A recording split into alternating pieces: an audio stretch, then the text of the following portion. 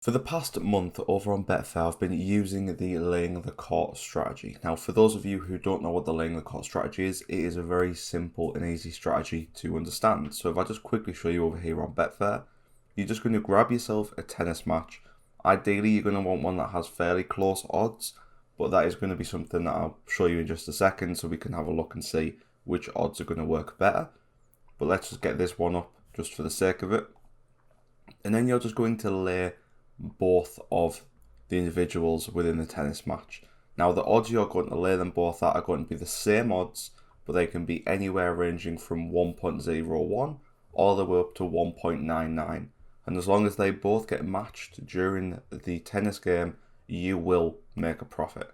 It will vary obviously. If you get them both matched at 1.01, you're going to make upwards very near to £1,000 from a £10 stake. If you get it matched at 1.99, you're going to make pennies on that £10 stake. So it is going to vary massively, but it also massively impacts the likelihood of it getting matched.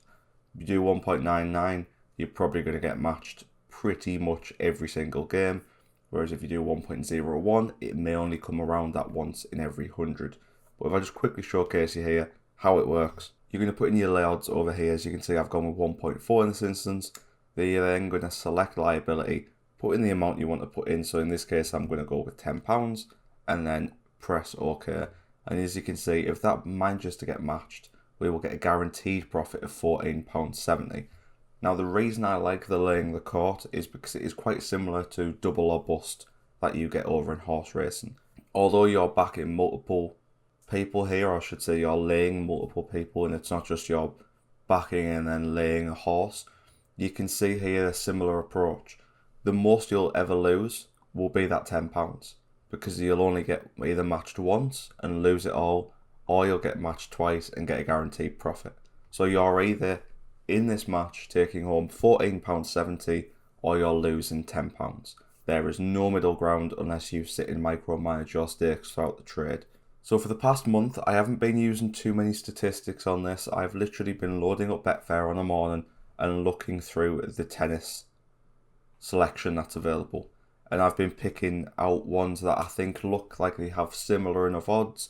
If it looks a little bit closer, I might go research the players a tiny bit, but I've been trying not to overcomplicate this. And then I've been entering their names into a spreadsheet, keeping an eye on where their odds go throughout the match, and then keeping note of it. So for example, if we were to get up this match that's going on at the moment, and then take a look at what the lowest odds both these players have been at throughout the first two sets, you can see that Franco has been as low as 1.04, and then down here with Lorenzo, he's been as low as 1.02. So pretty comfortably here, you could have got 1.05 match. So if you'd have gone in on this tennis game with that 1.05 odds, matched it with your £10 liability, you'd already be looking at £186 return there.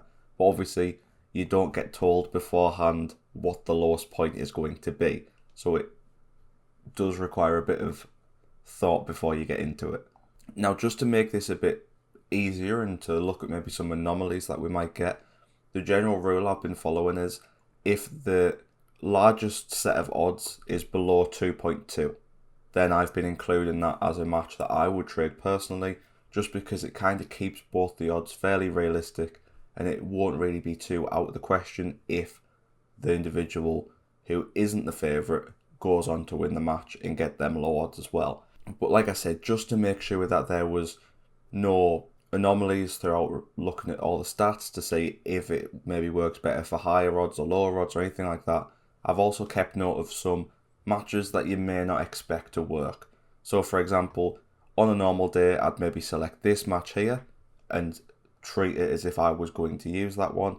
I'd probably select this one here as well. And then what I'd also do is I'd keep note of this one down here where it's at 6 odds and 1.19 just to see how that match goes. And this is the result here of over a month of keeping track of tennis trades. Now you can see automatically there's some that are shaded in red. The ones that are shaded in red are the ones that I've kept note of just to see what happens. They're ones I wouldn't have personally traded. So if you just want to see the ones I would have traded, we'll get rid of them and we'll keep this column. So when I've been looking, these are the matches I would have selected throughout this month. And you can see that if I was to have traded them at either laying odds of 1.4 or 1.5, we would have looked at around, we would have been at around about £75 or £76 worth of profit, which is just from that £10 stake. So it has been a fairly successful method of selection so far, but it can probably be defined a little bit more. You can see the average odds that we've been going for, and you can see that it generally doesn't seem to have any sort of pattern. Yes, quite a few of these ones up at the top, to be honest, have hit the most, and then you've got the ones down here at the bottom where some of them just didn't hit at all. So I'm not really too sure on if there has been a correlation between the odds or anything I've done yet, but you can see that on the minimal selection I've done so far, it has got me a better return than if I was just placing it blindly on every game. Because you can see here we would have got £75 and 76, and we would have made a profit all the way from 1.4 all the way down to 1.9. But if we include everyone that I've kept note of throughout the past month, you can see we would have only made a profit on 1.4, 1.5, whereas on all the others, we would have made quite a comfortable loss, especially on the 1.9, which you might have thought coming into this would be the most secure one. But in reality, if it doesn't hit, when you're getting that 1.9 or £1.9 profit when it does hit, it kind of just wipes out that profit quite quickly. So it is worth being a little bit more risky and maybe going for that 1.4, 1.5. And as you can see, it has had a very decent return for us so far with the 1.4, 1.5.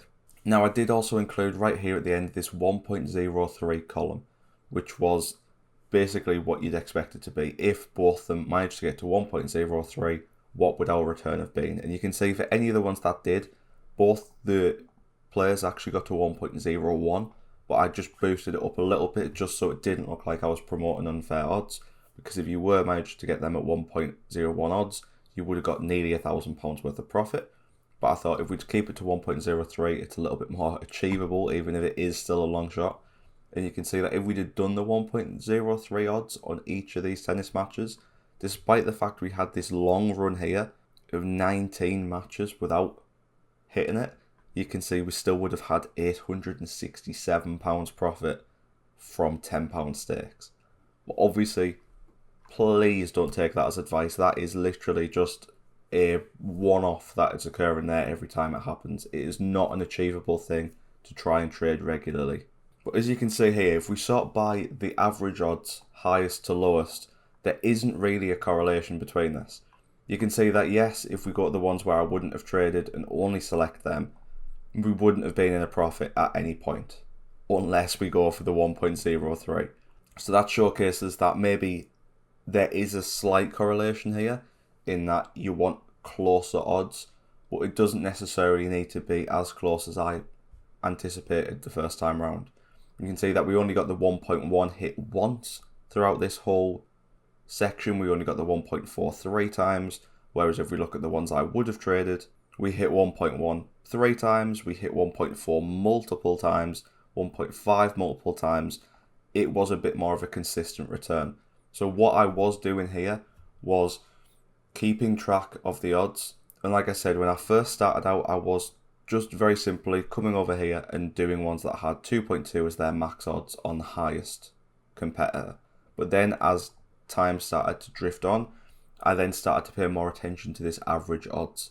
And in the end here, I'd probably have it as a main takeaway that you're looking at ideally 2.5 odds and below as your average odds. If you wanted to be a bit more cautious, I'd say 2.2 and below are probably the good starting points there. So either below 2.5 if you're going to do some research on the players and make sure that they have a chance, or below 2.2. Because as you can see, when you get to this 2.2 and below, that is when we really start to see some consistency in these getting hit, as opposed to 2.2 and above, where you can see there was 9 instances there where we didn't hit even 1.9, whereas when we did 2.2 and below, there was only 3 instances out of more results where we didn't hit the 1.9. Now I know this isn't a huge sample size of data, I know there could definitely be more research done on this, but hopefully this will give you enough courage to be able to go and do this yourself. Now, as you guys will know if you've watched this channel before, I'm someone who's extremely cautious with my trades, as you can tell by the fact when I've tried to do this strategy, I haven't yet placed a single trade on it, but I've been researching it for a month. What I'm going to be doing for the next month is I am going to be keeping track of the ones I 100% would have placed and not keeping track of all the odds across it. I'm just going to keep track of if it would hit the odds I'm wanting to get in at. So I'm going to make a new spreadsheet. I'm going to include double or busts for those who watched that video last week as well. And I'm going to keep track of any double or bust I would do and whether or not I would have made a profit. Any laying the court trade that I would have done and what profit I would have got. And then if that is profitable at the end of that month, I will then look to implement this trading strategy into my own day-to-day trading. And I think it can genuinely be a good return. Now, if we do just get rid of these two here, which I do think were anomalies, so I'm going to pretend as if I didn't trade them despite the fact they brought in a profit, and we'll get them coloured off, and then we'll remove all the trades I wouldn't have done.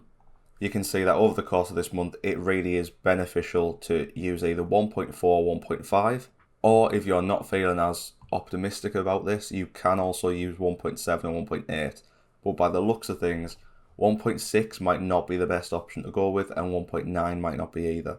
But looking at it, 1.4 and 1.5 seem to be the way to go, and they'll be the two I'll be trading as the months go on.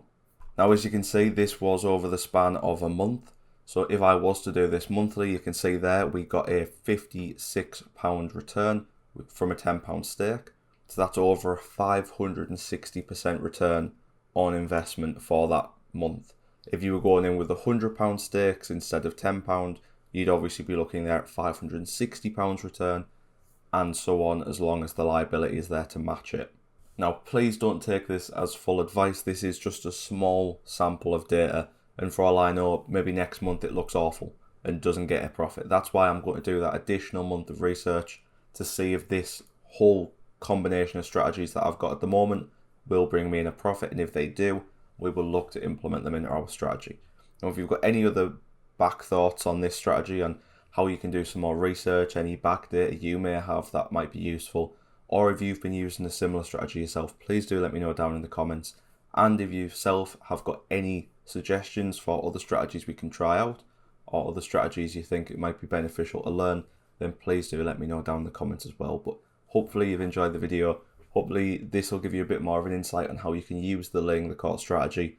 At least now you know that maybe the 1.9, although on the face of it, seems like it might be the most beneficial odds to use, because, I mean, looking at this here, there is 30 different trades, and it didn't come in on only 3 of them, but we still would have made a loss. So maybe that one showcases there that it's not the best odds to use. And then we have to look at this potential column over here of the 1.03, where maybe long term there would be some profit there. So maybe if you guys, in fact I was actually going to ask about this, if anyone's made it this far in the video, then they're willing to have a chat in the comments. But I was wondering what your thoughts were on if you were watching a tennis match unfold over here on Betfair and you saw someone get to odds of 1.01, like this guy over here. What would be your thoughts on just instantly laying at 1.01 for about £1 and then seeing what happens? Because it's pretty obvious that if they've got to 1.01, they're within seconds of winning the match. And when I was watching some of the matches last night, especially Medvedev, I think I put him as a no for obvious reasons. He was the highest odds we had. And you can see here, he was 1.15 before the match even started. And he dominated the first set, absolutely dominated it, and then just went off to be 1.01 going into the second set. And then the other guy came back, and the other guy won the match. Now, with that in mind, or I think he won the match anyway. If he didn't, then you can see he did end up winning the match. He ended up winning the second 2 sets, which is why he then got down to that 1.01 as well as Medvedev. Now, if we had laid Medvedev at 1.01 when he got there, you can see we would have then made £98 profit if we'd have kept our lay riding for the whole match. Obviously, I don't think we would have in the instance. I think we would have definitely took it out at the end of the second set when the profit will have likely been quite substantial still. But I was just wondering on what your thoughts would be on using this as not like a long-term strategy, just more as of a punt, when it comes to tennis, and maybe keeping track long term of how often it hits. Because yeah, you're probably not going to make a huge amount of profit, but as long as it hits 1 in every 98, you're making a profit. But let me know what you think down in the comments. It's only a £1 risk as well, so it's not anything drastic. But let me know what you think of that one. We might give that one a look over the next few weeks. But thank you for watching yet again. Please subscribe if you haven't already and hit the like button. And I'll see you next time.